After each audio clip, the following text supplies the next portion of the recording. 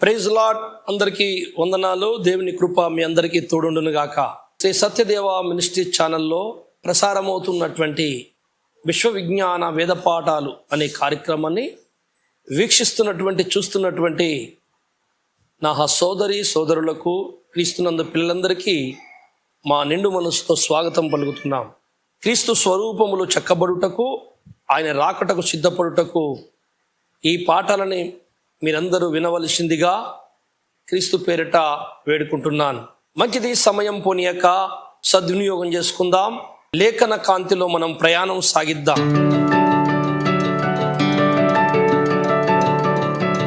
నేటి మన ధ్యానం కొరకు 11వ కీర్తన 4వ వచనాన్ని చదువుకుందాం. యెహోవా తన పరిశుద్ధాలయములో ఉన్నాడు. యెహోవా సింహాసనము ఆకాశమందున్నది. ఆయన నరులను కన్నులారా చూచుచున్నాడు. తన కనుదృష్టి చేత ఆయన వారిని పరిశీలించుచున్నాడు. చిన్న మాట ప్రార్థన చేసుకుందాం. మహాదేవా, ఈ సకల బ్రహ్మాండాన్ని సృజించిన వాడా, పూజ్యుడా, రాజ్యుడా, అగోచరుడా, హృత్పరుడా, సృష్టికర్త తండ్రి, నీకు స్తోత్రములు. మరొక దినము నీ వాక్యాన్ని పంచుకునే అవకాశం ఇచ్చిన నీ కృతజ్ఞతలు. వింటున్న నీ పిల్లలందరికీ, నాకు, నీ మా అందరికీ తోడుండి ఈ కార్యక్రమాన్ని కొనసాగింప చేయమని, మీ సంకల్పంలోని అయా గుణగణములను మాకు గోచరింప చేయమని, సహాయము చేయమని మీ పాదములు పట్టుకొని మరొకసారి ప్రార్థించి నడిపించమని యేసునామములో అడుగుతున్నాను తండ్రి, ఆమేన్. చదవబడిన లేఖ భాగాన్ని మనము ఒకసారి ఆలోచించినట్లయితే, దేవుడు ఆకాశమందున్నాడు. యెహోవా దేవుడు సృష్టికర్త. సింహాసనము ఆకాశమందున్నది. ఆయన కనుదృష్టి చేత మనుషులను, నరులను పరిశీలన చేస్తున్నాడు. అదే కీర్తన గ్రంథం 14:2 కూడా చదవండి ఒకసారి. వివేకము కలిగి దేవుని వెదకువారు కలరేమో అని యెహోవా ఆకాశం నుండి చూచి నరులను పరిశీలించెను. ఆకాశము నుండి దేవుడు మనుషులను చూసి, వివేకము కలిగి నన్ను వెతుకువారు ఎవరైనా ఉన్నారేమో భూమి మీద అని పరిశీలన చేస్తుండట. దేవుని మనోప్రపంచములో ఎలాంటి వారు కావాలని దేవుడు ముందుగా నిర్ణయించుకున్నాడో అలాంటి స్వరూపము కలిగిన వారినే దేవుడు అంగీకరిస్తాడు. దానికి భిన్నమైన భక్తి, భిన్నమైన ప్రవర్తనారాధన కలిగిన వారిని దేవుడు అంగీకరించాడు, స్వీకరించాడు. నీ ఇష్టం వచ్చినట్టు భక్తి చేసి ప్రభు నేను ఒప్పిస్తాననడము అసంభవం. దేవుడు భూమి మీద ఉన్న నరులను పరిశీలన చేస్తున్నాడు. దేవునికి నరులు ఎందుకు? దేవునికి చాలామంది శ్రేష్టమైన దూతలు ఉన్నారు. కోటాను కోట్ల ప్రపంచాలు ఉన్నాయి. దగ్గమని మెరిసే శరీరములు కలిగిన దూతలు ఉన్నారు. పరిశుద్ధుడు, పరిశుద్ధుడు, పరిశుద్ధుడు అని స్తుతించుటకు కోటాను కోట్ల కెరుబులు, దూతలు, ప్రధానులు ఉన్నారు, శ్రేష్ఠులున్నారు. అంత గొప్ప మహిమ ప్రపంచంలో అంతమంది ఉండగా, ఈ విశ్వములో భూగ్రహమే ఒక చిన్న ఇసుకరేణు అంత. అందులో మానవుడెక్కడ దూలి, అంతమంది ప్రపంచములైన స్తుతించుటకు ఉన్నాయి కదా, వారితో స్తుతింపబడరాదు? నీ మాటని ధిక్కరించి పాపం చేసిన మట్టి ధూళి, ఈ పెంట పురుగులైన మనుషుల కొరకు నీకెందుకై ఆకాశం నుండి ఎవరన్నా ఉన్నారేమో, నావులు నాకు దొరికితే బాగుండు, నేను అనుకున్న అయితే తయారైతే బాగుండు అని వెతుకుతున్నావు, ప్రయత్నం చేస్తున్నావు, పోరాటం చేస్తున్నావు. వాళ్ళ కొరకు ఈ లోకానికి వస్తావు, నీ ప్రాణం పెడతావు, ఓర్చుకుంటావు. కొరడా దెబ్బలు ఉమ్మేస్తారు, పిడిగుద్దులు గుద్దుతారు, సిలువకేసి కొడతారు. నేను చంపుతుంటే నువ్వు ఓపిక కలిగి ఉంటావు. ఇదంతా ఎందుకు సార్ నీకు కష్టం? అది నేను ముందన్న మాటని మీరు జ్ఞాపకంలో ఉంచుకోండి. దేవుని మనోప్రపంచములో ఒక రాజ్యం ఉంది. ఆ రాజ్యం ఇంకా రాలేదు. దాని పేరే దేవుని రాజ్యం అని అన్నారు. ఆ రాజ్యానికి 2 స్వరూపాలు ఉన్నాయి. ఆ సబ్జెక్టు చాలా గొప్పది, ఇప్పుడు చెప్పరాదు, నాకు చెప్తా భవిష్యత్తులో. దేవుని రాజ్యం అంటే ఏంటో తెలియదు చాలామంది, పూర్తిగా తెలియదు, కొంతే తెలుసు. మొత్తం తెలియకపోతే కూడా దేవుడు యేసుప్రభుని రాగే దగ్గర రారు, కొంత తెలుసు. కనుక దేవుడు అనుకునే ఒక రాజ్యం ఉంది, ఆ రాజ్యానికి ఒక స్వరూపం ఉంది. ఆ రూపము గల వారు నాకు కావాలి, ఆ సరుకు నాకు కావాలి. ఆ రాజ్యానికి సంబంధించిన సరుకు తయారు చేయాలని ఈ భూలోకం అనే కర్మాగారాన్ని దేవుడు స్థాపించాడు. ప్రధాన మేస్త్రి, పనివాడు, ఇంజనీరుని, పరిశుద్ధాత్మని ఇక్కడ ఉంచాడు.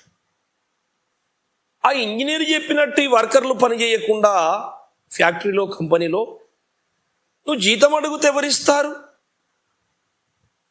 కనుక తనకు కావలసిన సరుకు తన ఏ రూపంలో కావాలి. ఈ మనుషుల కొరకు ప్రభు పరలోక ఆకాశ మహాకాశముల మందు ఉండి ఈ మట్టి పురుగుల వైపు కన్నులెత్తి దృష్టి పెట్టి చూస్తున్నాడట. ఎవరైనా కలరు, అయ్యో మానవుల స్నేహితులారా, అలా దేవునికి భూప్రపంచము చూసినప్పుడు చాలా దుఃఖము కలిగింది. దేవునికి ఈ రెండు విషయాలు ప్రధానంగా నేను చెప్తాను ఈరోజు. ఒకటి, దేవునికి బాధ కలిగించే పనులు చాలా ఉన్నాయి, కానీ అన్నిటికంటే చాలా బాధ కలిగేది ఒకటి ఉన్నది.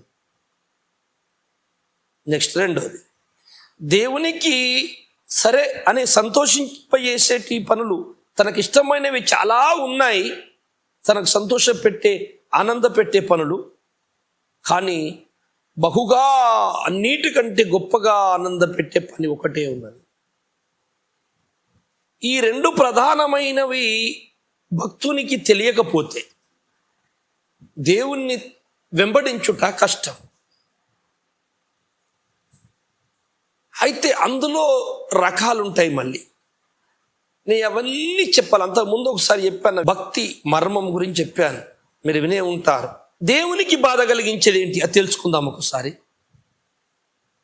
దేవునికి బాధ కలిగించేటివి పనులు ఎన్నో ఉన్నాయి, కానీ చాలా బాధ కలిగించే పని ఒకటి ఉన్నది.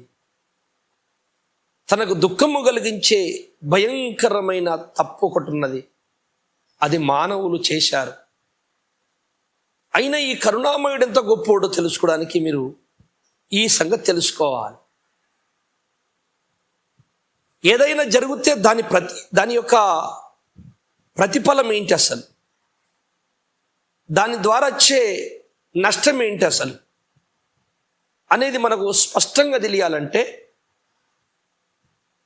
మనము దాని లోపల ఇమిడి ఉన్నటువంటి అంతర్లీన ఉన్నటువంటి విషయాన్ని మనము గ్రహించగలగాలి.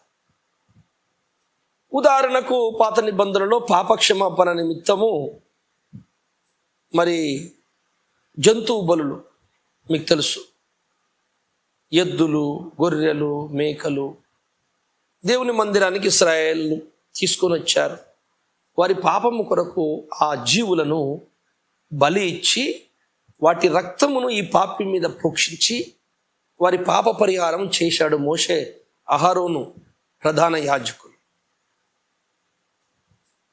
అసలు అది ఎందుకు పెట్టాడు అనేది మనకు కావాలి, అది సత్యం.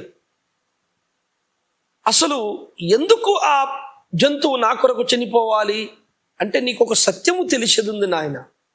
అంటే చాలామంది క్రైస్తవులు ఏమంటారు, క్రీస్తుని తెలుసుకోవడానికి పెట్టారు నాయన అంటే. క్రీస్తుని తెలుసుకోవడానికి పెట్టాడు అన్నది వాస్తవమే, కానీ అది కొంతవరకే సత్యము, కానీ పూర్తి సత్యము కాదు. పూర్తి సత్యం ఏంటంటే ఆ రక్తము, ఆ జంతువు నీ పాపాల కొరకు, నీ పాప పరిహార నిమిత్తము ఆ జంతువుని బలిస్తుండగా దాని మెడను సగము కోసినప్పుడు దాంట్లో నుంచి చిమ్మించి తనకు ప్రాణాధారమైన రక్తము, జంతువు రక్తము, జంతువు ప్రాణము తన రక్తములో ఉంటుంది కనుక దాని ప్రాణము విలవిల కొట్టుకుంటుంటుంది. ఆ రక్తం అంతా బయటికి చిమ్ముతూ ఉంటుంది. అది అంత శ్రమపడి కొట్టుకొని దాని రక్తాన్ని బయటికి కక్కుతూ ఉంటుంది, చచ్చిపోతుంది చివరికి. నీవు చూస్తూ ఉంటావు నీ కొరకు చస్తున్న జంతువుని. నీకేం పాఠం నేర్పిస్తున్నాడు దేవుడంటే, జాగ్రత్త వినాలే, పైన నేర్చుకునే జ్ఞానం వేరు, అంతర్లీనమైన సత్యాలు వేరు. దాని ద్వారా నీకేం సందేశం అందిస్తున్నాడు దేవుడు అంటే, నాయనా నువ్వు చేసిన పాపము, నీవు పాపము చేసేటప్పుడు ఎంతో సంతోషముతో ఆనందముతో నీ సుఖము కొరకు నువ్వు చేసేసావు. కానీ నువ్వు చేసిన పాపము, నీ మీద మోపబడిన శాపము, దేవుని ఉగ్రత, అది ఎంత భయంకరమో, అది ఎంత ఘోరాది ఘోరమో, అది ఎంత బలమైనదో, అది ఎంత కఠినమైనదో నువ్వు నేర్చుకో అంటున్నాడు అన్నమాట జంతువు బలిచ్చినప్పుడు. అంటే అది అంత విలవిల కొట్టుకుంటుందంటే నీ పాపము ఎంత భయంకరమో, నీ పాపము కొరకు అది అంత కొట్టుకొంచొస్తుందో చూడు. కనుక నీ పాపము మామూలుది కాదు. ఒక ప్రాణియే నీ కొరకు కొట్టుకొని చావాలా, అంత భయంకరమైనది. ఒకవేళ నీ కొరకు ఆ జంతువే చనిపోకపోతే నీ పాపము నిలిచుంటుంది. అయితే ఆ పాపానికి వచ్చే ఫలితము అంతకంటే ఎంత భయంకరమైన శిక్షనో తెలుసుకో అని. నీ పాపం ఎంత భయంకరమో, నీ పాపం ఎంత గొప్పదో భయంకరమో అది నీకు తెలవటానికి ఆయన ఆ జంతువు బలిస్తున్నాడు. అది అలాగున ఎన్నటికైనా పరమాత్ముడు నరుడు రూపంలో వచ్చినప్పుడు అదుగో అతడు ఈ విధంగా నీ కొరకు చనిపోతేనే తప్ప నీ పాపాలు పోవు అని తెలియపరుస్తుందన్నమాట ఆ బలి. ప్రతిదీ ఏదో ఒక గొప్ప సత్యాన్ని తెలియపరుస్తుంది. ప్రత్యక్ష గుడారం మర్మాల బడి లేదా మర్మాల పుట్ట అనాలి. ప్రతి అణువులో మర్మాలే. ప్రత్యక్ష గుడారము, ఇంకొక మందిరము ప్రత్యక్ష గుడారం ఉంది పరలోకంలో, దాని పోలినదే ఇది. ఆ ప్రత్యక్ష గుడారములో ఉండే వస్తువులు తయారవుతున్నాయి ఇప్పుడు కొన్ని. దాన్ని ఓపెనింగ్ చేశాడు యేసయ్య ఆ రక్తం పట్టుకొని పోయి. సరే, ఆ సబ్జెక్ట్ అట్లుండని మనము చెప్పాలనుకున్నది మాట్లాడుకుందాం. అందుకని భూమి మీద దేవుడు కన్నులెత్తి చూసినప్పుడు మానవులు తనకు చాలా బాధాకరమైన పనులు చేశారు. ఎన్నో ఉన్నాయి. అన్నిటికంటే ఘోరమైన పని ఏంటంటే, రోమా 1వ అధ్యాయము 23వ వచనం చదవమ్మా. వారు అక్షయుడవు దేవుని మహిమను క్షయమగు మనుషుల యొక్కయు పక్షుల యొక్కయు చతుష్పాద జంతువుల యొక్కయు పురుగుల యొక్కయు ప్రతిమా స్వరూపముగా మార్చిరి. అక్షయుడైనటువంటి దేవుని మహిమను భూలోకపు నరులు ఏం చేశారట? అక్షయుడైన అంటే క్షయము లేని, మరణము లేని, అంతము లేని దేవుని మహిమను క్షయమైపోయేది, నశించిపోయేది, నాశనమైపోయేది, కొంతకాలము కనపడి అదో గతి పాలైపోయేది, కనపడకుండా పోయేది, క్షయమైనది, కాలిపోయేది. ఆ కాలిపోయే వస్తువులు పాములు, పురుగులు, జంతువులు, చెట్లు, వాటి రూపములో దేవుని మహిమను వాళ్ళు వాటి రూపానికి అంటగట్టి, ఆ రూపములు ప్రతిమా రూపం అంటే దేవుని మహిమ అనగా దేవుడు అనే మహిమను ఒక ప్రతిమములు అంటే విగ్రహాలు, ప్రతిమ అంటే ఆ విగ్రహ స్వరూపాన్లాగా చేసి దేవుని మహిమను విగ్రహాలుగా మార్చేశారట. దేవుని మహిమను విగ్రహాలుగా మార్చేశారట. దేవుని మహిమను దేవుని మహిమగానే ఉంచి ఆరాధించలేదట మానవులు. విగ్రహ రూపములోకి తీసుకొచ్చారు. అక్కడ దేవునికి అన్నిటికంటే బాధ కలిగిన ఒక భయంకరమైన దుఃఖాకరమైన పాపం జరిగింది. దేవుని అంతరంగములో వర్ణించలేని దుఃఖం అండి ఇదొక్కటి. దుఃఖం కలిగించే పాపాలు చాలా ఉన్నాయి. నేను అన్నాను కదా, ఒక్కటి మాత్రం భయంకరం. దేవుని మహిమను ఎప్పుడు ఒక పదార్థ రూపంగా మార్చకూడదు. చతుష్పద జంతువులు, 4 కాళ్ళ జంతువులు, పాకు పురుగులు, వాటి రూపములోకి మార్చేశారట మనుషులందరూ. సృష్టికర్తను పూజించవలసిన అవసరము వాళ్ళకు ఉండినది. సృష్టికర్తని వదిలి సృష్టిని పూజిస్తున్నారు. సృష్టి అంటే చెయ్యబడినది, కర్త అంటే చేసినవాడు. సృష్టి అనే మాటకు అర్థము చెయ్యబడినది. ఎవరు చేశారు? ఒక్క ఆయన చేశాడు. ఆ చేసిన ఆయన పేరు కర్త. సృష్టికి కర్త, సృష్టికర్త. ఒక్కడుంటాడు. సృష్టి ఒక్కటే. ఈ ఆకాశ మహాకాశాలు, పంచభూతాలు, సకల సూర్య చంద్ర నక్షత్రాలు, గ్రహాలు ఇవన్నీ మొత్తం కలిపితేనే దాని పేరు సృష్టి. విశ్వం ఒక్కటే, సృష్టి ఒక్కటే. బహువచనం కాదు, ఏకవచనం. అలాంటప్పుడు మరి కర్తలు అంటారా? సృష్టికి కర్తలు ఉండరు, సృష్టికర్త కూడా ఒక్కడే ఉంటాడు. 20వ వచనం ఒకసారి చదువు. ఆయన అదృశ్య లక్షణములు, ఆయన కనపడని అదృశ్య లక్షణములు అనగా ఆయన నిత్య శక్తియు దేవత్వమును జగదుత్పత్తి మొదలుకొని సృష్టింపబడిన వస్తువులను ఆలోచించుట వలన తేటపడుచున్నవి.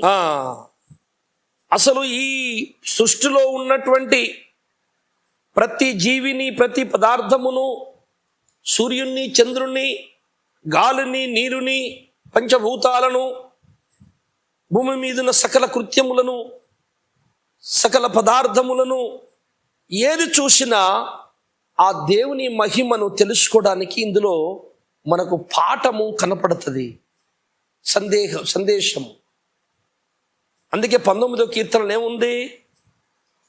19వ కీర్తన 1వ వచనం చదవండి ఒకసారి. ఆకాశములు దేవుని మహిమను వివరించుచున్నవి, అంతరిక్షము ఆయన చేతి పనులు ప్రచురపరచుచున్నవి. పగటికి పగలు బోధ చేయుచున్నవి, రాత్రికి రాత్రి జ్ఞానము తెలుపుచున్నవి. వాటికి భాష లేదు, మాటలు లేవు, వాటి స్వరము వినబడదు. చాలు. ఆకాశము మాట్లాడుతుందట కానీ వినబడదట కానీ మాట్లాడుతుంది. ఈ సృష్టి యావత్తు కూడా మొత్తం అన్ని పదార్థాలు సృష్టికర్తను ప్రకటిస్తున్నాయి రాత్రి పగలు. నేనున్నాడు, సృష్టికర్తున్నాడు, నన్ను చేసిన వాడు ఉన్నాడు, ఉంటేనే మేము ఇంత కరెక్ట్ నడుస్తున్నాము అని ప్రకటిస్తున్నాయి. కానీ వీళ్ళు ఏం చేశారంటే మీరే దేవుళ్ళు, మీరే సృష్టికర్తలను మొక్కడం మొదలుపెట్టేశారు. చాలా బాధ కలిగింది దేవుడు. భూమి మీద ఒక చిన్న జీవిని చూస్తే కూడా, చిన్న జీవిని చూసినా నీకు సృష్టికర్త తెలిసిపోతాడు. ఈ భూమి మీద ఎందుకు ఇట్లా జరుగుతుంది ఎవరికైనా అర్థమవుతుందా? ఒక చిన్న చీమని గురించి దేవుడు బైబిల్ రాశాడు. సామెతల గ్రంథం 6:6 సోమరి చీమల యొద్దకు వెళ్ళుము, వాటి నడతలు కనిపెట్టి జ్ఞానము తెచ్చుకొనుము. వాటికి న్యాయాధిపతి లేకున్నను, పై విచారణకర్త లేకున్నను, అధిపతి లేకున్నను, అవి వేసవి కాలమందు ఆహారం సిద్ధపరచుకొనును, కోత కాలమందు ధాన్యము కూర్చుకొనును. సోమరి ఎందాక నీవు పండుకొని ఉందువు, ఎప్పుడు నిద్ర లేచెదవు. చాలు. ఈ వచనం తెలియని క్రైస్తవులు లేరు. చెప్పుకొని పాతపడిపోయారు. ఈ వచనం అందరికీ తెలుసు సార్, నువ్వు మాకు చెప్పు, కొత్తగా చెప్తే ఏమున్నది. అందరికి తెలియాలి, తెలిస్తేనే చాలా సంతోషం. నాకు తెలియకపోతే నాకే బాధ ఉంది అందరికంటే.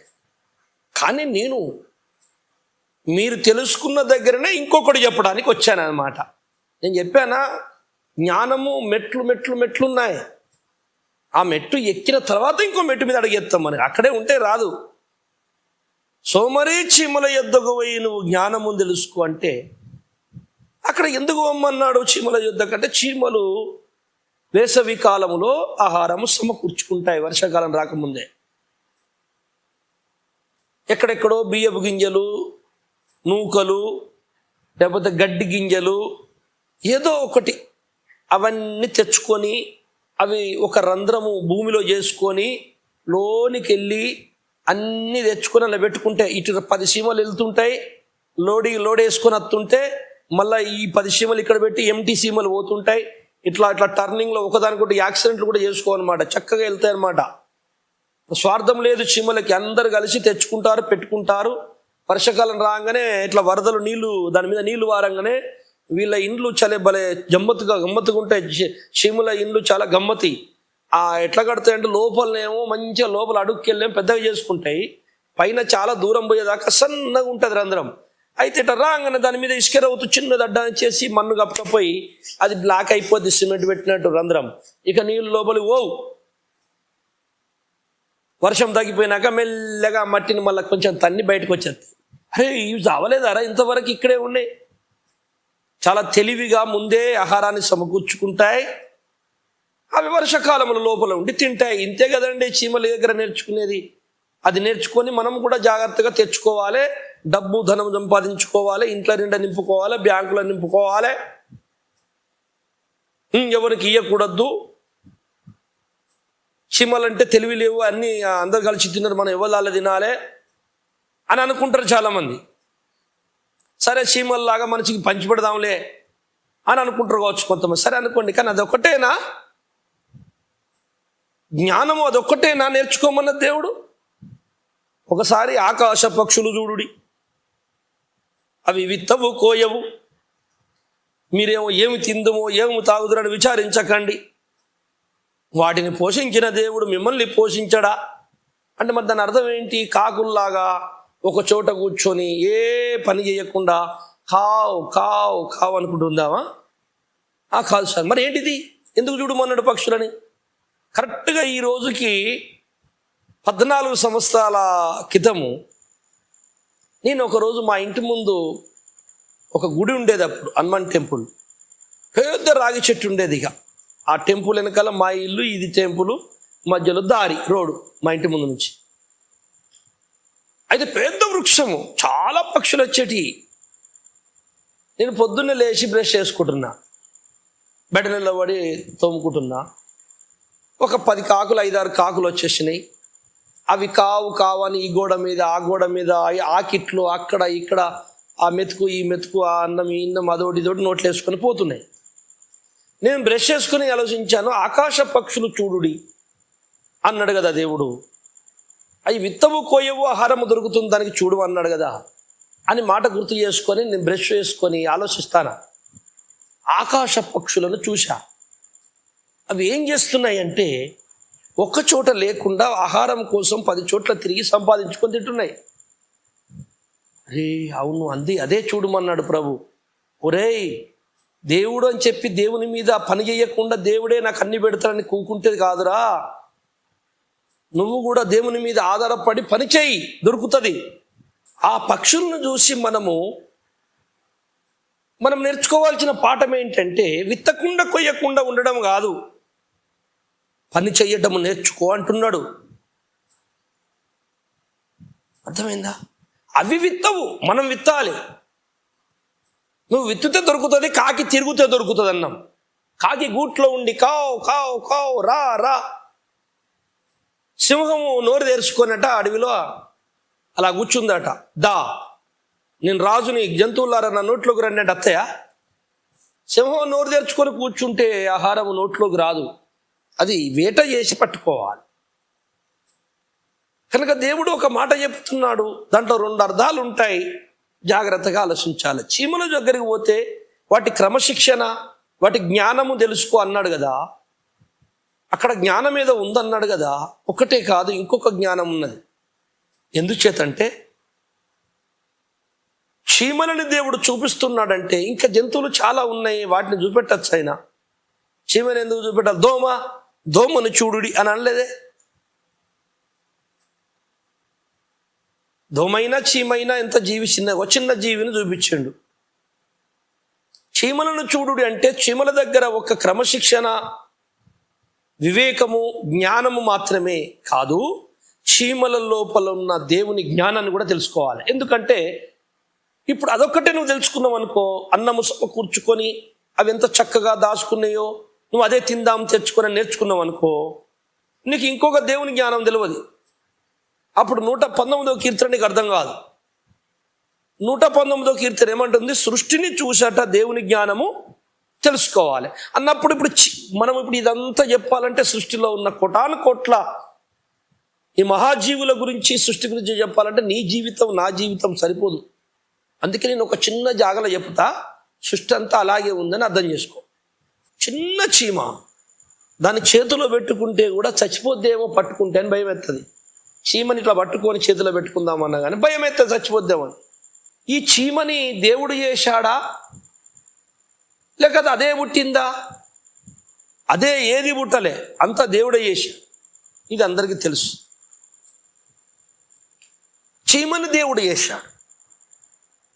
ఏమండి, బాగా ఆలోచించండి. అంత చిన్న చీమని దేవుడు చేశాడు. అది మనం పట్టుకుని చేతులు వేసుకోవడానికి మనకు భయం అవుతుంది చచ్చిపోద్దేమో అని. పట్టుకోలేము, పట్టుకుంటే చచ్చిపోతుంది. ఇక పోతే ఈ చిన్న చీమని చూడతాం ఒకసారి. సృష్టిని చూస్తే దేవుని జ్ఞానం అన్నాడు కదా, చిన్న చీమలో దేవుని జ్ఞానం ఏమున్నది అంటే ఆహారం అంతా సమకూర్చుకొని దాచుకునుడా దేవుని జ్ఞానం? అది నీకు పాఠం, అది పక్కకు పెట్టది. అసలు జ్ఞానం వేరే ఉంటుంది. సృష్టిని చూసి నువ్వు నేర్చుకోవాల్సింది చాలా ఉన్నది. ఈ సృష్టే కర్తను తెలుసుకొనుటకు సరైన ప్రేరేపణ. కానీ నువ్వు రాంగుగా చూస్తే నశించిపోతావు, దయ్యం వచ్చేస్తుంది. సృష్టి దేవుడు కాదు, దేవుడు చేసినదని నువ్వు నమ్మాలి. అప్పుడు చూసినప్పుడు నీకు దైవశక్తి తెలుస్తుంది. సృష్టిలో దేవుడు ఉన్నాడేమో, సృష్టే నాకు దేవుడేమో అనుకుంటేవా రాంగ్ రూట్లోకి వెళ్ళిపోతావు. చీమ లోపల దేవుని జ్ఞానం ఏమున్నదండి? ఇప్పుడు చూడండి మీరు, మనం చేయితో పట్టుకోవడానికి భయపడుతున్న ఆ చిన్న చీమ యేసయ్య చేతులతో సృష్టించాడట. ఆకాశము నా సింహాసనము, భూమి నా పాదపీఠము, మీరు నా కొరకు ఏం కట్టెదరు, నేను ఎక్కడ ఉండేదను అన్నాడు దేవుడు. మరి అంత గొప్పవాడు, ఆకాశ మహాకాశాలు నిన్ను పట్టజాలవా సార్? అంత పెద్దోనివి. మేము మట్టి పురుగు, ధూళి, మానవుడు ధూళి. ఈ ధూళి లాంటి మనమైనా కానీ ఆ చిన్న చీమను ముట్టుకోవడానికి కష్టమవుతాడు. మరి అంత పెద్ద ఆయన చేతులతో గంత చిన్న చీమను ఎట్లా చేసిండు? అట్లా ఏం లేదండి, ఆయన పెద్ద చేతులే కానీ ఆయన చేతులతో ఎందుకు చేయాల్సిన అవసరం ఉంది దేవునికి? కలుగును గాక అంటే కలిగిపోయినా, కలుగును కాకుండా కలిగిపోతాయా? అంతకుముందు వీడియోలో చెప్పాను నేను. అంత ఈజీగా కలగలేదండి. చీమ కొరకు కూడా శ్రమపడే సృజించాడు. కానీ నువ్వు ఆది కాండములో కలుగును గాక అనే వింటున్నావు. నేను ఆది కాండము కంటే ముందు చెబుతున్న సృష్టి చేశాడు దేవుడు. ఆది కాండములో ఏంటంటే చెయ్యబడినది నీ ముందుకు తీసుకొస్తుండ అంతే. నేను అన్ని తయారు చేసి రికార్డు చేసి పెట్టాను, మొత్తం వీడియో తీసుకొచ్చి ప్లే చేస్తున్నా. చూడండి బాబు ఎట్లుందో, చూడండి బాబు, అచ్చును గాక కలుగును గాక, చూడు ఎట్లా బాబు అంటున్నాడు. ఆల్రెడీ నేను ఎప్పుడో తయారు చేశాను. అది ఆ తయారు చేసినప్పుడు దేవుని మనోప్రపంచంలో చీమ కూడా సృష్టించాలి అనుకున్నాడు దేవుడు. ఒక చిన్న చీమని పట్టుకుంటే సకల బ్రహ్మాండం నీకు అర్థమైపోతుంది. దేవుని జ్ఞానము సృష్టిని చూడడం ద్వారా మీకు అర్థమవుతుంది. అయినది ఏంటంటే మహిమ, నిత్య శక్తి, ఎప్పటికుండే ఆయన సృజనాత్మకమైన శక్తి పేరే నిత్య శక్తి అంటుంది బైబిల్. మళ్ళీ చదవవచనం, ఆయన అదృశ్య లక్షణములు అనగా ఆయన నిత్య శక్తియు దేవత్వమును. చాలు, దేవుని నిత్య శక్తి. ఆ నిత్యము అంటే ఎప్పటికి ఉండే శక్తి. ఆ శక్తికి ఉన్న లక్షణం ఏంది? దైవత్వము. దైవత్వములోని అసలు లక్షణం ఏంటి? సృష్టించే లక్షణం. దాన్నే సృజనాత్మకమైన శక్తి అని నేను అన్నాను. దేవుని సృజనాత్మకమైన, ఇప్పుడు ఒకటే మాటతోనే అన్ని వచ్చేస్తాయి అందులోకి. నిత్య శక్తి, మహిమ అన్ని వచ్చేస్తాయి. దేవుని సృజనాత్మకమైన ఈ శక్తి ఎలా తెలుస్తుందని బైబిల్ చెప్తుంది. అంటే సృజింపబడిన వస్తువులను చూచుట ద్వారా. సృజింపబడిన వస్తువులు అంటే ఏంటి? సృష్టిలో ఉన్న వస్తువులను చూడడం ద్వారా ఏం తెలుస్తుంది? దేవుని నిత్య శక్తి అనగా సృజనాత్మకమైన శక్తి.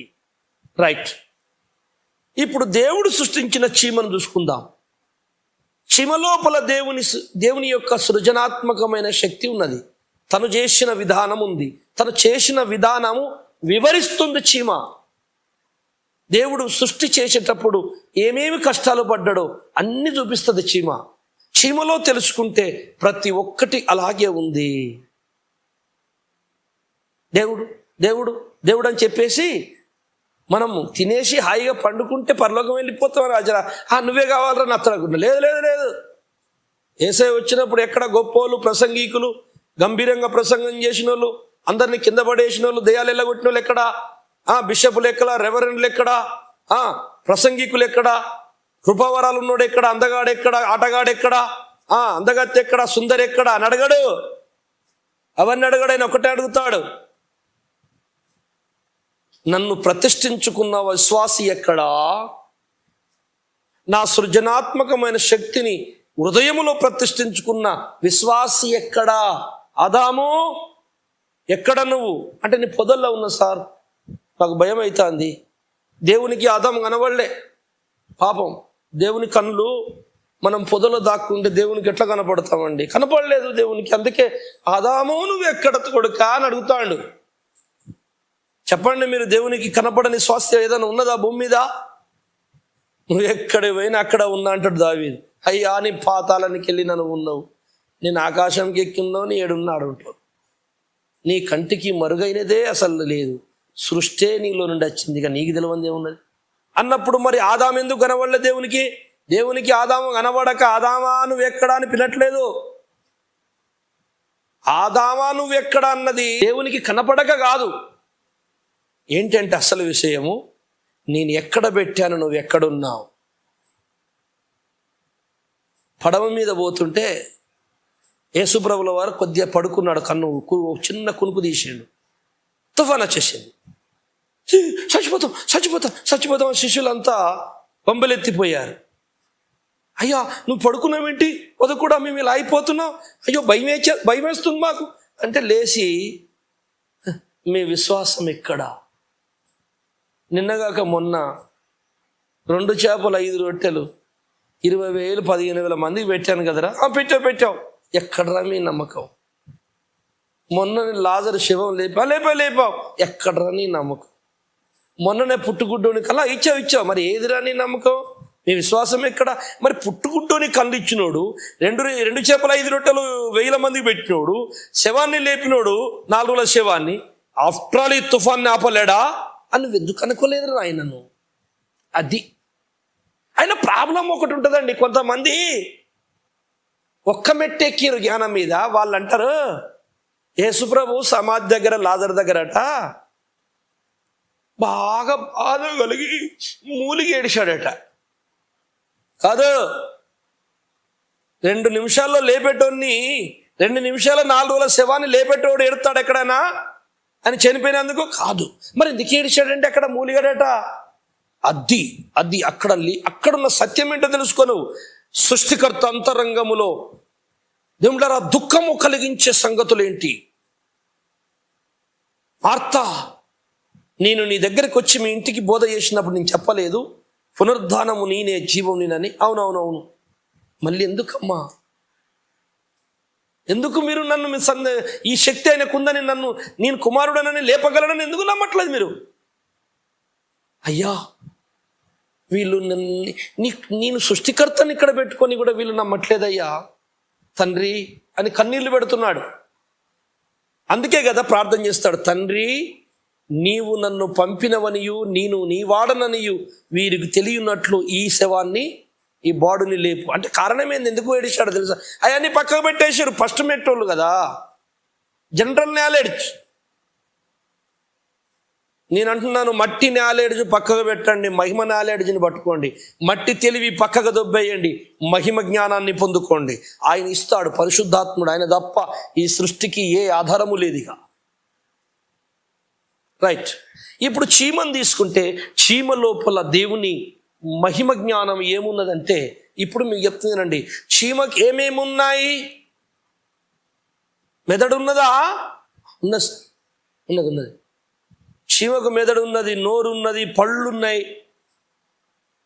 చీమకు చర్మం ఉన్నది, ఎముకలు ఉన్నాయి, పేగులు ఉన్నాయి. చీమకి జీర్ణాశయం ఉన్నది. మనకుండేటివన్నీ చీమలో ఉన్నాయి. జంతువుకుండే, పెద్ద జంతువుకుండేటి అన్ని చీమలో ఉన్నాయి. ఆ చిన్న చీమలో చీమని పట్టుకొని చేతిలో ఇయ్యటానికే మనము బాధపడుతున్నాం కదా, చచ్చిపోతుందేమని.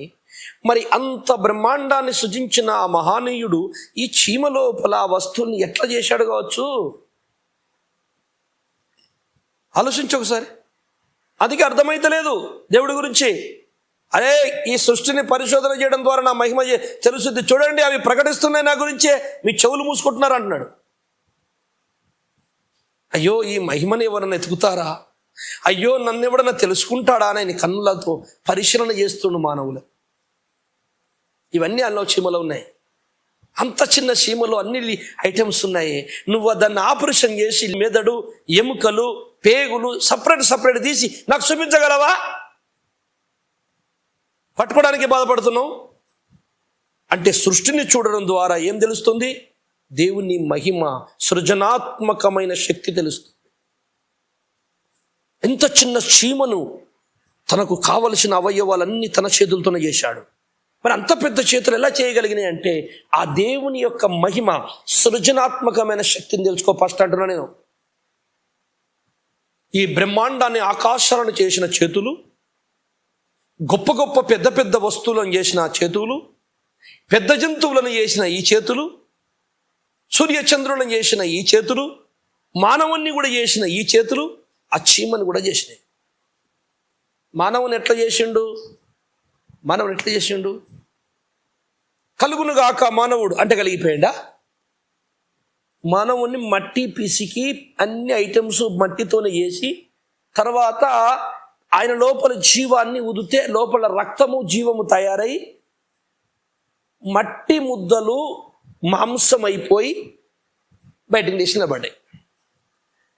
అలా చేసి ఎందుకు చూపించిందంటే, నేను అన్నీ ఇలాగే చేశాను, కానీ ఇక్కడ మాత్రం మనిషిని చేసి చూపిస్తున్నాను. మిగతా ఈ కలుగును కాకంటే కలిగినాయి కదా, అవి నేను కలుగును కాక అంటే ఎందుకు కలిగినాయి అంటే ఆల్రెడీ నా మనోప్రపంచంలోని సృష్టి అంతా ఈ ఆదామును చేసినట్టే కష్టపడి చేశాను. రికార్డు చేసినటువంటి దాంట్లో సందేశము కలిగినటువంటి మెమోరీనే మీరు ఇక్కడ పంపించాను. ఆ వీడియోనే మీకు చూపిస్తున్నాను. ఆ చేతులు ఎంత బ్రహ్మాండాన్ని చేయగలిగిన ఆ చేతులు అంత చిన్న చీమని కూడా చేయుటకు సమర్థము, అంటే అంత శక్తి కలిగి ఉన్నాయి. అంటే చిన్న సూక్ష్మముగా మారగలడు దేవుడు. చాలా భయంకరమండి మర్మం. చిన్న సూక్ష్మం, కనపడని ఒక చిన్న వైరస్ లాగా, ఒక చిన్నటువంటి కంటికే కనపడనటువంటి చిన్న శక్తిగా మారి దాన్ని చేయగలడు దేవుడు. మళ్ళా బ్రహ్మాండాన్ని కూడా పుట్టజలనంత గొప్పవాడు కాగలడు. అందుకే ఈ సకల బ్రహ్మాండాన్ని పట్టజాలని మహాదేవుడు, పూజ్యుడు, ఆరాధ్యుడు సూక్ష్మ రూపమైన దేహ రూపములో మరియమ్మ గర్భంలోకి వచ్చాడు. అది అర్థమైతే మనకు అర్థం కావాలి, చెప్పండి. అట్టెట్లయితుంది, ఇట్టెట్లయితుంది, అది కొట్టుక సచ్చుడే. దేవుడెవరో ముందు తెలుసుకోండి. ఆయనకు సమస్తము సాధ్యమే. ఈ దేవుని యొక్క సృజనాత్మకమైన శక్తిని ప్రతిమా స్వరూపముగా, విగ్రహాలుగా మార్చొద్దు. అది దేవునికి చాలా బాధ కలిగించింది. యోబు 10:8. నీ హస్తములు నాకు అవయవ నిర్మాణము చేసి నన్ను రూపించి ఉన్నను, నీవు నన్ను మృంగివేయుచున్నావు. జిగటమన్నుగానున్న నన్ను నీవు నిర్మించితివి, ఆ సంగతి జ్ఞాపకం చేసుకొనుము. నీవు నన్ను మరలా మన్నుగా చేదువా? ఒకడు పాలు పోసినట్లు నీవు నన్ను పోసితివి గదా, జున్నుగడ్డ ఒకడు పేరబెట్టునట్లు నీవు నన్ను పేరబెట్టితివి గదా. చర్మముతోను మాంసముతోను నీవు నన్ను కప్పితివి, ఎముకలతోను నరములతోను నన్ను సంధించితివి. చాలు. ఎముకలు, నరాలు, సకల అవయవాలతోని నన్ను నువ్వు రూపము చేస్తివి, మీదనేమో చర్మముగా అప్పుతివి. మానవ శరీరము దేవుడు ఎట్లా చేసిండో తెలవాలంటే ముందు చర్మాన్ని ఒలవండి. మానవుని శరీరం మొత్తం చర్మాన్ని తీయాలి. మన మేకల తీస్తారు చూసినావా, అట్లా తీయండి. తీస్తే అప్పుడు కనబడతాయి నీకు అసలు వస్తువులు. అంటే బతకడు రానండి, బతకడం మరి అదే ఉంది. లోపలున్న ఐటమ్స్ ఎట్లా చేయబడ్డారు ఇంతవరకు ఎవరికి తెలియదు. ఓ కిడ్నీ ఖరాబ్ అయితే ఇంకో కిడ్నీ తేవాలి, ఓ కన్నుగుడ్డు పోతే ఇంకొక కన్నుగుడ్డు పెట్టాలి, ఓ నెత్తురు తక్కువ అయితే రక్తము ఇంకొకందిగా ఆవాల. ఎర్రటి నీళ్ళ నెత్తురే కదా శాస్త్రవేత్తలు తయారు చేసి ఎక్కిస్తే బతకడా? ఏమో సార్ ఆ నెత్తురులు ఏముందో ఏమో, ఎక్కిస్తే బతుకుతలేరు. మళ్ళీ అటువంటి గ్రూప్ ఇంకొకరు చూసి ఎక్కిస్తే బతుకుతారు. అదే అడుగుతున్నాను, ఏమున్నదో ఎవరో మరి జర చెప్పాలి. వీళ్ళు ఇంత పెద్ద దేహము, ప్రపంచాల్లో అనేక సంగతులు కనుక్కుంటున్న ఈ దేహము ఎవరు సృజించారు? నిన్ను సృష్టించినోడు నీకంట గొప్పోడై ఉంటాడా, తక్కువడై ఉంటాడా? ఒకసారి మానవుడు ఆలోచించాడా? భూమండలం మీద నివసించే మానవుడు ఈరోజు చంద్రమండలానికి వెళ్ళిపోయాడు.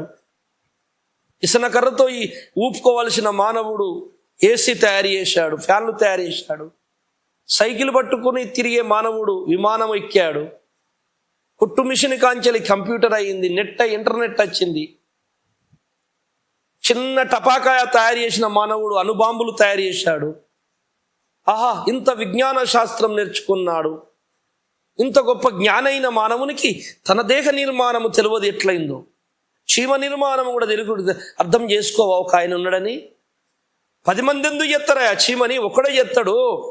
ఆయన పేరే సృష్టికర్త. దేవుని సృజనాత్మకమైన శక్తి క్రైస్తవులకు కూడా తెలవాలి. ఇంకా కొద్దిగా తెలియదు. అది చాలా గంభీరమైన సత్యం. ఏమిడారా వివరించుటకు సమయం సరిపోదు. ఎంత గొప్పవాడండి! ఆ మెదడుకు ఈ శరీరానికి ఏం కనెక్షన్ పెట్టాడో, ఎక్కడ చీమ పారితే ఇక్కడికి అందుద్ది కన్నా తన్మంట తెలిసిపోద్ది. మెదడులో ఒక చిన్న కన్నపడి నరానికి కానీ కనెక్షన్ కట్ అయిందంటే పక్షవాతం వచ్చేస్తుంది. అది అర్థం కాక పిచ్చెక్కిపోతుంది మనుషులకి. ఆ లివర్లో ఏముందో ఇంతవరకు లివర్ మెడిసిన్ చక్కగా ఇవ్వలేరలేదు. ఏదేదో అంటారు కానీ ఇంతవరకు కరోనా వచ్చింది, మేము కరోనా మందు కనుక్కున్నాము, సక్సెస్ఫుల్ అని ఎక్కిచ్చిండ్రు. అది విషయమే. కరోనా మందేడు ఉంది. దేవుడు చేసిన ఆయుర్వేద శాస్త్రము, చెట్లు కొంతవరకు మానవుడికి మేలు చేస్తాయి. కానీ దేవుడు తలుచుకుంటే అవి కూడా పనిచేయవు. దేవుడు మార్గము తెరవకపోతే, దేవుడు కరుణించకపోతే భూలోక మానవునికి ఏది దొరకదు. కనుక దేవుని యొక్క నిత్య శక్తి మనము తెలుసుకోకపోతే అది ప్రమాదకరం. దేవుని యొక్క మహిమను ఒక ప్రతిమా స్వరూపముగా, విగ్రహముగా మార్చి మీరు మొక్కారు, నా మనసు కలకల అన్నది, దుఃఖము కలిగిందంటున్నాడు దేవుడు. పైన ఆకాశం అందే కానీ, కింద భూమి అందే కానీ, భూమి కింద నీళ్ళ అందే కానీ, దేని రూపమును మీరు నా రూపం నేను అని, నా దేవుడు అని దేని రూపం పెట్టద్దు. మీరు దేనికి పేరు పెట్టద్దు. నా రూపముగా ఏది మార్చద్దు మీరు. నేను నేనే రోషము గల్ల దేవుడును, ఆత్మ కలిగిన దేవుణ్ణి, ఆత్మను సృజించిన వాడను, ఆత్మతో అసత్యముతో ఆరాధించండి. అది దేవుడు చెప్పింది. సకల వేదాలలో కూడా ఇదే ఉన్నది. వాళ్ళు సాదృశ్యంగా కొన్ని చెప్తే అవే దేవుళ్ళు అంటే ఎట్లా? దేవుని యొక్క నిత్య శక్తి, దేవుని యొక్క లక్షణాలు, వాయు, అగ్ని, సూర్యుడు అని చెప్పారు వేదాలలో. దేవుడు వాయువు కనపడదు కానీ అవసరం, అలాగే దేవుడు కనపడడు, దేవుడు అవసరం. దేవుడు వాయువు లాంటి వాడు, సూర్యుడు లాంటి వాడు. సూర్యుడు లేకపోతే జీవకోటి ఉండదు, కనుక దేవుడు లేకపోతే సృష్టి ఉండదు. సూర్యుడు లాంటి వాడు, దేవుడు అగ్ని లాంటి వాడు.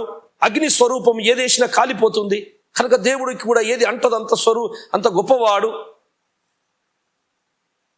అని ఆయన శక్తిని వివరించారండి వేదములో ఋషులు. అంతే తప్ప వాటిని దేవుడని మొక్కమని కాదు. నేను చదివాను కదా వేదాలు, అందుకు చెప్తున్నా. ఎవరో చెప్పింది నేర్చుకున్నాడని కాదు. నేను 14 సంవత్సరాల కిందనే ఈ 4 వేదములు చదివాను. అంటే నాకు కావాలి, నాకు సత్యం కావాలి. సో వాళ్ళకు దొరకలే, మొత్తం వేదాలు చదివాను. అసలు కథ ఏంటంటే వేదంలో దేవుణ్ణి వెతుకుతున్నారు, ఇలా ఉంటాడు అని అన్నారే కానీ దేవుడు వారికి దొరకలే. బైబుల్ చెబుతుంది ఆ సృష్టికర్త యేసుక్రీస్తే అని. బైబుల్ ఒక్కటే సృష్టికర్తని పరిచయం చేస్తుంది. మిగతా ఏంటంటే దేవుని ఛాయలు, కొన్ని స్వరూపాలు చెబుతుంది తప్ప, లక్షణాలు చెబుతుంది దేవుంది తప్ప, వేదాలు దేవుణ్ణి చూపెట్టవు. ఎందుకంటే వాళ్ళు వెతుకుతున్నట్టే ఉన్నది అక్కడ. ఇంకా చివరి వరకు చదివిన ఆ వేదాలను తెలుగులో అనువాదం చేసిన దశరథ రంగాచార్యుల వారు ఉపద్ఘాతములో ఇదే మాట చెప్పి, వేదములు నేను పరిశోధించగా, సమస్తము నేను పరిశోధించగా దేవుడు సృష్టికర్తను అందరూ వెతుకుతున్నట్టే ఉంది కానీ దొరికినట్టుగా లేదు అని రాశాడు. ఇక ఇంతకంటే ఏం చెప్పాలి? నేను చదివినాక అదే దొరికింది, ఎవడు చదివినాక అదే దొరుకుతుంది. మరి ఎక్కడ సృష్టికర్త? అప్పుడు అతడు ప్రత్యక్షమవుతాడు. అందులో ఉన్న ఛాయ రూపములో కనబడ్డటువంటి ఆ సృష్టికర్త బ్రహ్మ, ఆ మహనీయుడు యేసు ప్రభుల వారు. కనుక సృష్టికర్తని, దేవుని యొక్క మహిమను పదార్థానికి పెట్టగానే మనసు బాధపడుతుంది. ఎట్లా బాధపడుతుంది?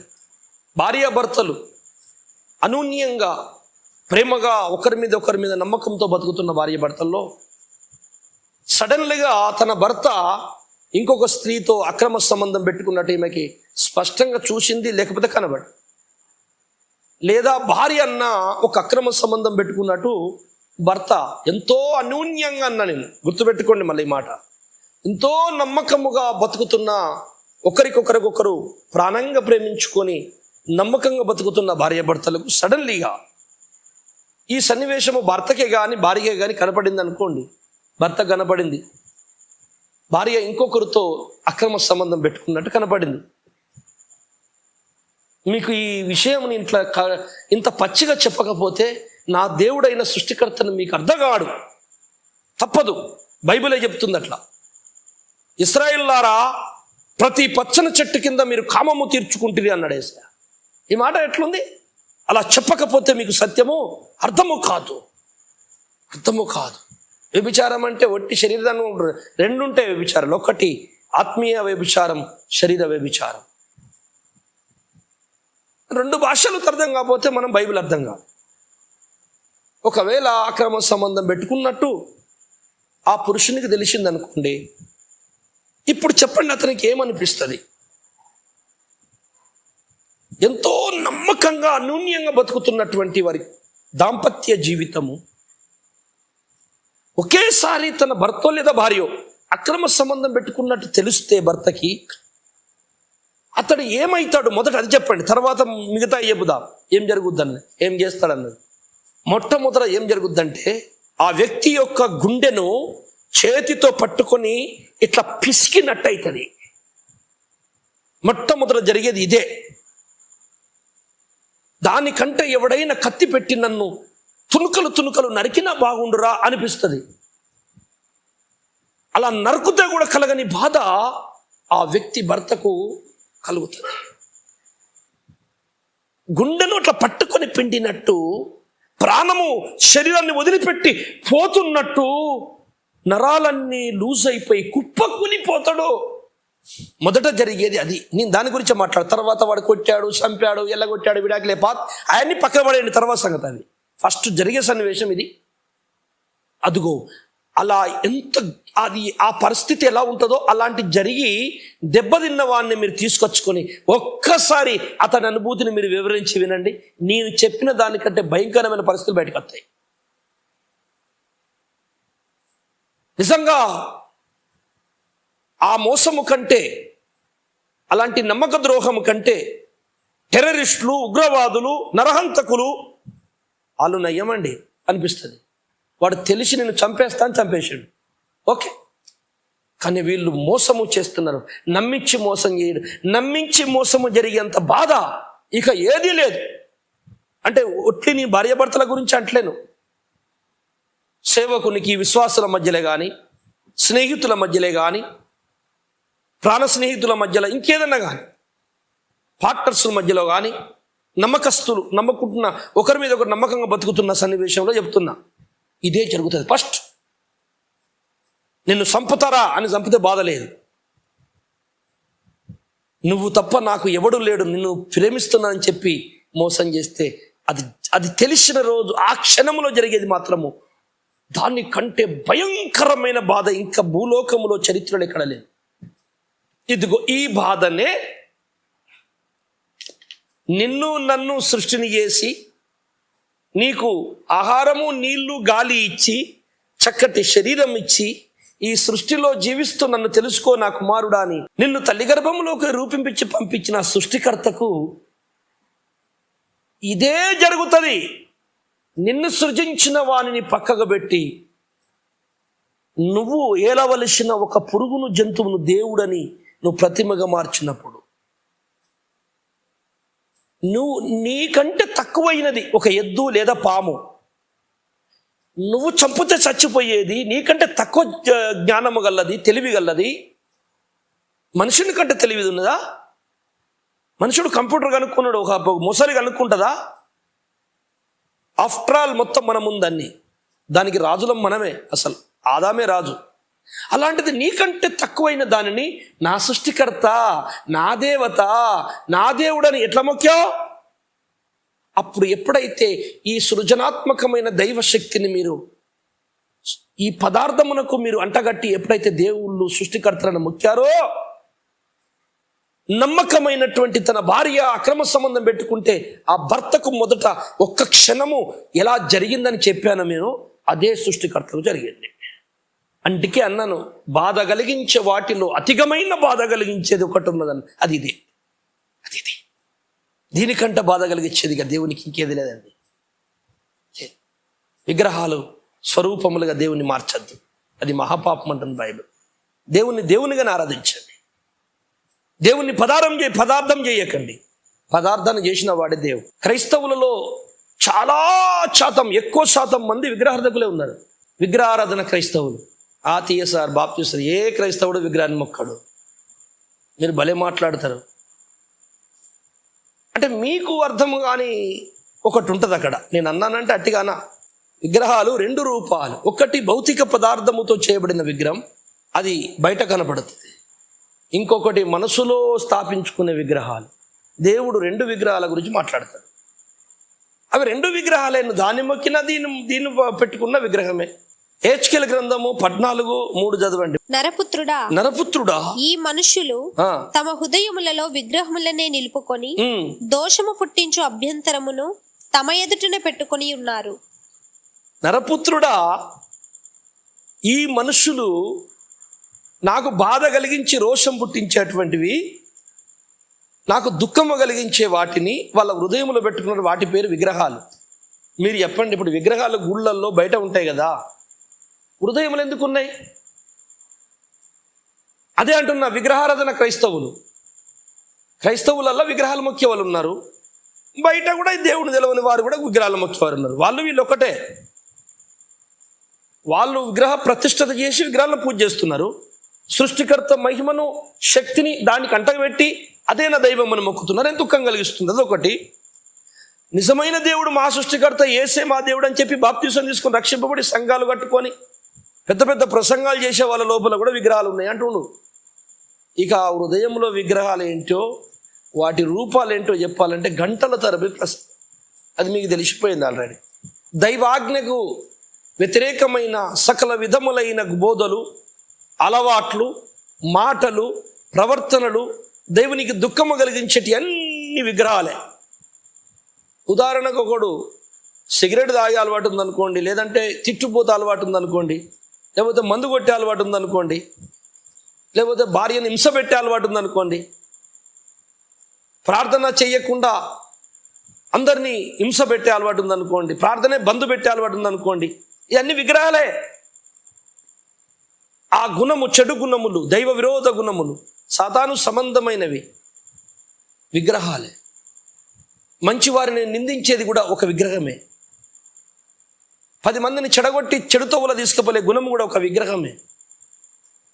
ఒక గుణమునకు నువ్వు బానిసై ఉన్నావంటే, దాన్ని మార్చుకోలేకపోతున్నావంటే అది ఒక విగ్రహమైంది నీకు. కనుక నరపుత్రుడా, వారి హృదయంలో విగ్రహాలు ఉన్నాయి. అంటే ఇప్పుడు విగ్రహాలు బయట మొక్కే వాళ్ళే కాదు, క్రైస్తవులు కూడా విగ్రహార్థకులు ఉన్నారు. ఈ రెండు విగ్రహాలను దేవుడు చూసి దుఃఖపడుతున్నాడు. నాకొద్దు, ఇలాంటి వారు నాకొద్దు. నన్ను తెలుసుకుంటారేమో ఇక నన్న పదార్థమును, చెడు గుణములను దేవుడని మొక్కకుండా, వాటికి బానిసలు కాకుండా నన్ను తెలుసుకుంటారేమో, నా సృజనాత్మకమైన శక్తిని తెలుసుకుంటాడేమో అని ఆకాశమందుండి దేవుడు భూలోకాన్ని నరులను పరిశీలన చేయుచున్నాడు. ఇది ఎందుకంటే ఇందుకే కొంతమందిని నేను తయారు చేయాలి. వారి హృదయంలో విగ్రహాలు ఉండద్దు, బయట విగ్రహాలు ఉండదు. బయట విగ్రహాన్ని వదిలేస్తారు, హృదయంలో విగ్రహాలు అట్నే ఉంటాయి. ఇశ్రాయేలు ఐగుప్తు నుంచి బయటకు వచ్చారు, సంతోషం. కానీ ఐగుప్తు వారి హృదయంలోకి వెళ్ళి బయటకు వెళ్ళలేదు. ఇది దుఃఖాకరం. మళ్ళీ అరణ్య యాత్రలో మోషని హింస పెట్టారు, దేవుణ్ణి ఏడిపించారు, శోధించారు. మా కీరకాయలు, మా మధ్య ఏది, మాంసం ఏది అన్నారు. వాళ్ళెమ్మడి విగ్రహాలు వస్తున్నాయి అంటున్నాడు. అగో వాళ్ళెమ్మడి విగ్రహాలు ఎక్కడ? ఏ విగ్రహాలండి? అక్కడి అలవాట్లు, ఐగుప్తు అలవాట్లు అన్ని విగ్రహాలే. ఐగుప్తు నుంచి వీరు బయటకు వచ్చారు, కానీ వీరి లోపల నుంచి ఐగుప్తు బయటకు వెళ్ళలేదు. అందుకే వీళ్ళని అరణ్యములో సంహరించేస్తా అన్నాడు. ఒక్కరు మిగలే, ఒక కాలేవు, యోషువ తప్ప. అందరు కొత్తలో పోయారు. దేవుడు అంటే ఏమనుకుంటున్నావు? అంత ఈజీగా నీకు 4 స్వస్థతలు చేసి, నీకు 4 రూపాయలు దొరకంగానే, 4 కోట్లు దొరకంగానే అయిపోయిందిరా దేవుడు నన్ను మెచ్చుకోడు అనుకుంటున్నావా? ఎక్కడ తుంచవతల వారుతాడో తెలియదు. తన పని ఒడ్డెక్కేదాకా చూస్తాడు, తర్వాత చూపిస్తాడు తమాషా. వస్తున్నాడు, లేట్ టైం దగ్గరికి వచ్చేసింది. యేసుప్రభు రాకడ కూడా తొందర ఏం లేదు. కనుక హృదయములో విగ్రహాలు మొక్కుతున్న క్రైస్తవులారా, మీ విగ్రహాలు తీసిపడేయండి. భూలోకములో దైవ మహిమను, సృజనాత్మకమైన శక్తిని విగ్రహాలకు పెట్టి మొక్కుతున్న నా దేశ ప్రజల్లారా, ఆ విగ్రహాలను వదిలి యేసుని నమ్మండి. ఇదే బైబిల్ ఇస్తున్న సందేశం. దేవునికి బాధ కలిగించేటివి చాలా ఉన్నాయి, అందులో ఘోరంగా బాధ కలిగించేది దైవత్వాన్ని ఒక పదార్థానికి పెట్టి దేవుడని మొక్కద్దు. దైవ శాసనాన్ని, దైవ పరిశుద్ధ శాసనాన్ని అబద్ధ బోధలతో ఇవే దేవుని బోధలని అనద్దు. నీ చెడు గుణాన్ని అడ్డం పెట్టుకొని ఇదే దేవుడు ఇట్నే చెప్పిండంటావా? నువ్వు పనికిరాని నీ చెడు గుణాన్ని అది దేవుడు చెప్పిన బోధ అంటావా? నువ్వు చేసే తప్పుని కవర్ పుచ్చుకోవడానికి నువ్వు వాక్యం చెప్పి అది దేవుని శాసనం అంటావా? మనిషి పుర్రెలో పుట్టే ప్రతి ఆలోచన దైవ శాసనము కాదు. దేవునికి సంతోషము కలిగించేటివి కూడా చాలా ఉన్నాయి. ఎన్నో పుణ్యకార్యాలు ఉన్నాయి దేవునికి భూలోకములో మంచిగా అనిపించేటి. కానీ అన్నిటికంటే చాలా సంతోషం కలిగించేది ఒకటి ఉన్నది. ఎబ్రీ పత్రిక 1వ అధ్యాయం 9వ వచనం ఒకసారి చదవమ్మా. నీవు నీతిని ప్రేమించితివి, దుర్నీతిని ద్వేషించితివి. అందుచేత దేవుడు నీ తోడి వారి కంటే నిన్ను హెచ్చించున్నట్లుగా ఆనంద తైలముతో అభిషేకించెను.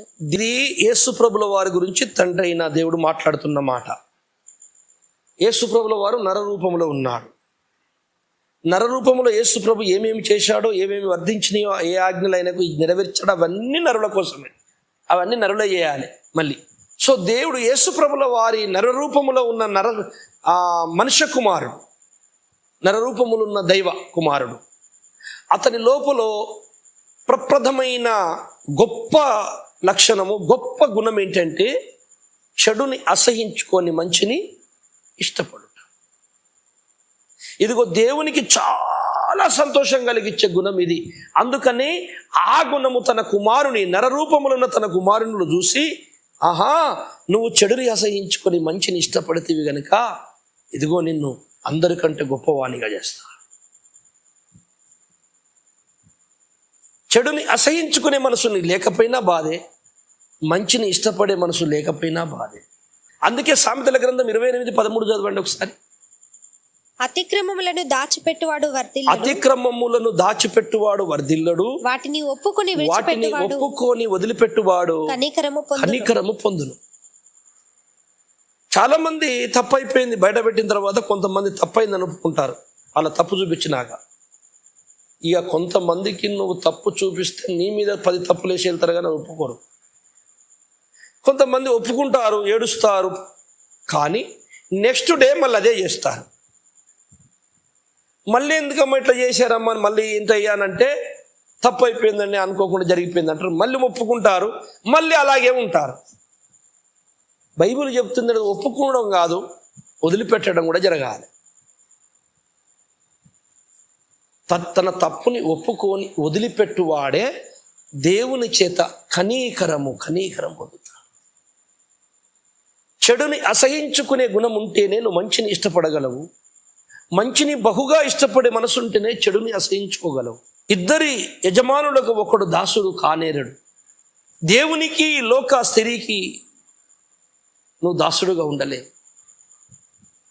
నీ లోపల ఉన్న ప్రప్రథమైన గొప్ప గుణము దేవునికి ఏం కనబడాలంటే, నువ్వు చెడును అని నీకు తెలిసినప్పుడు ఎంతమంది ముందైనా సరే, ఎవరైనా ఏమన్నా అనుకొని నన్ను అందరూ వదిలిపెట్టినా పర్లేదు, యేసు కావాలా, ఆయన వదిలిపెట్టద్దు అని అనుకుంటే షబాష్ అని నిన్ను ముద్దు పెట్టుకుంటాడు. నిన్ను వదిలిపెట్టిన పోయిన వాళ్ళందరూ మళ్ళీ నీ కాళ్ళెక్కడికి స్టడీ చేస్తారు. అదండి దేవునిలా ముందు పరీక్ష, తర్వాత గెలుపు. దేవునికి కావాల్సింది తన మీద ఆనుకొని ఈ లోకాన్ని చూడమంటున్నాడు. ఎవని మనస్సు ఆయన మీద ఆనుకొనునో వానిని నువ్వు శాంతి గలవాలి. దేవుని మీద మనసు ఆనుకొని ఉండాలి. అంటే దేవుని మీద ఆనుకోవడం అంటే మన మనసు ఆనుకోవడం. నేనైతే నా దేవుని మీద ఆనుకొని ఈ ప్రపంచాన్ని చూస్తున్నా. ఈయన మీద ఆనుకోకుండా నేను ఈ ప్రపంచాన్ని చూడొద్దు. ఇంకో రంగు కనబడుతుంది, మాయా రంగు, నన్ను లాక్కుపోతుంది. నువ్వు దేవుని మీద ఆనుకొని ప్రపంచాన్ని చూడు, లోకాన్ని.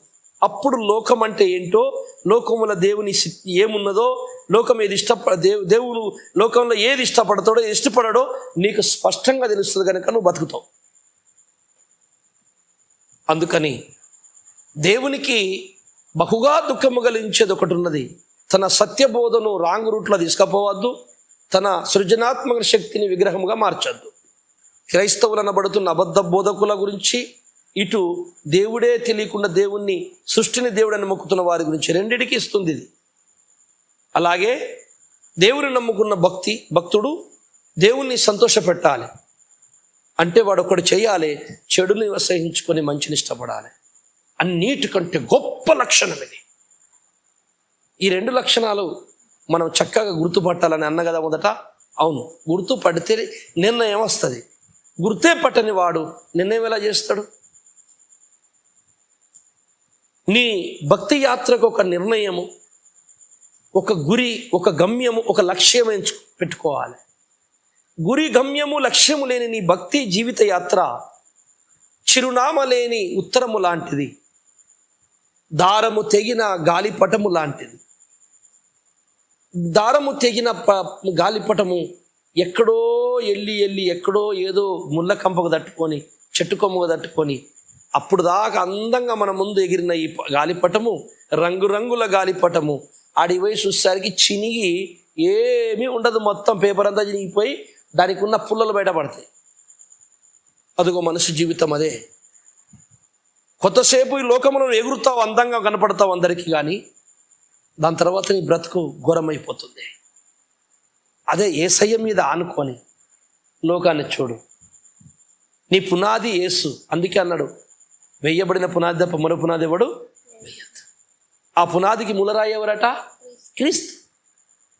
నా రాయి ఆయనే, నా మూలరాయి పునాది యేసయ్య అని దాని మీద కూర్చొని ప్రపంచాన్ని చూద్దాం. నీ సొంత తెలివితేటల పునాది వేసుకోకు, పరలోకం తీసుకెళ్ళదు. స్నేహితులారా, మీకు ఇప్పుడు అర్థమైపోయింది అనుకుంటున్నాను. ఈ పాఠం ఇంతటితో ముగించేస్తాను. మీ మనస్సులో ఈ 2 పాయింట్లు గట్టిగా గుర్తుపెట్టుకోండి. ఒకటి, దేవునికి చాలా బాధ కలిగించింది. తన మహిమను, తన చిత్తాన్ని తప్పుదారి పట్టించద్దు. అది ఎంత బాధ కలిగిస్తుందో గుర్తుపెట్టుకోండి. నమ్మకంగా బ్రతుకుతున్న భార్యాభర్తల మధ్యలో జరిగిన సంఘటన చూపించాను. అంత బాధ కలుగుతుంది దేవునికి. దేవుని సంతోషపెట్టి చిన్న ఎన్నో ఉన్నాయి. పుణ్యకార్యాలు ఏమో చేస్తారు, సరైతే మంచిదే చేయండి. కానీ దేవుని బహుగా సంతోషపెట్టేది ఒకటి ఉన్నది, చెడుని అసహించుకొని మంచిని ఇష్టపడాలి. ఈ 2 విషయాలను మీరు మీ హృదయంలో గుర్తుపెట్టుకొని మీ ఇహలోక జీవిత భక్తి యాత్రను పరిశుద్ధాత్మని మహిమసాగర తీరములో పరిశుద్ధాత్మలో ప్రణమిల్లుతూ కొనసాగింపజేసుకుంటూ ముందుకు సాగండి. ఆ దేవుడు మిమ్మల్ని దీవించి ఈ పాఠం మీలో ఆశీర్వదించి ఫలింపచేయునుగాక. ప్రార్థన చేసుకుందాం. పరిశుద్ధుడా, పూజ్యుడా, ఆరాధ్యుడా, గోచరుడా, పరమాత్ముడా, స్వామి నీకు స్తోత్రములు. ఈ సాయంకాల సమయంలో మరొక్కసారి మీ పిల్లల మధ్యలో మీరు మాట్లాడి అందరి హృదయం ఈ వాక్యము ద్వారా దర్శించావని నమ్ముతున్నాను. ప్రభువా, విత్తబడిన ఈ వాక్యము ఇంటున్న ప్రతి ఒక్కరిలో ఫలింపచేయి, ఆశీర్వదించు. మమ్మల్ని ఇంకా ముందుకు తీసుకెళ్ళమని ఆశీర్వదించమని దీవించమని మా ప్రభు రక్షకుడు యేసు నామములో ప్రార్థిస్తున్నాను తండ్రి. ఆమేన్. Praise the lord. అందరికీ వందనాలు. దేవుని చిత్తమైతే మరొక దినం కలుసుకుందాం. దేవుడు మిమ్మల్ని దీవించును గాక. ఆమేన్.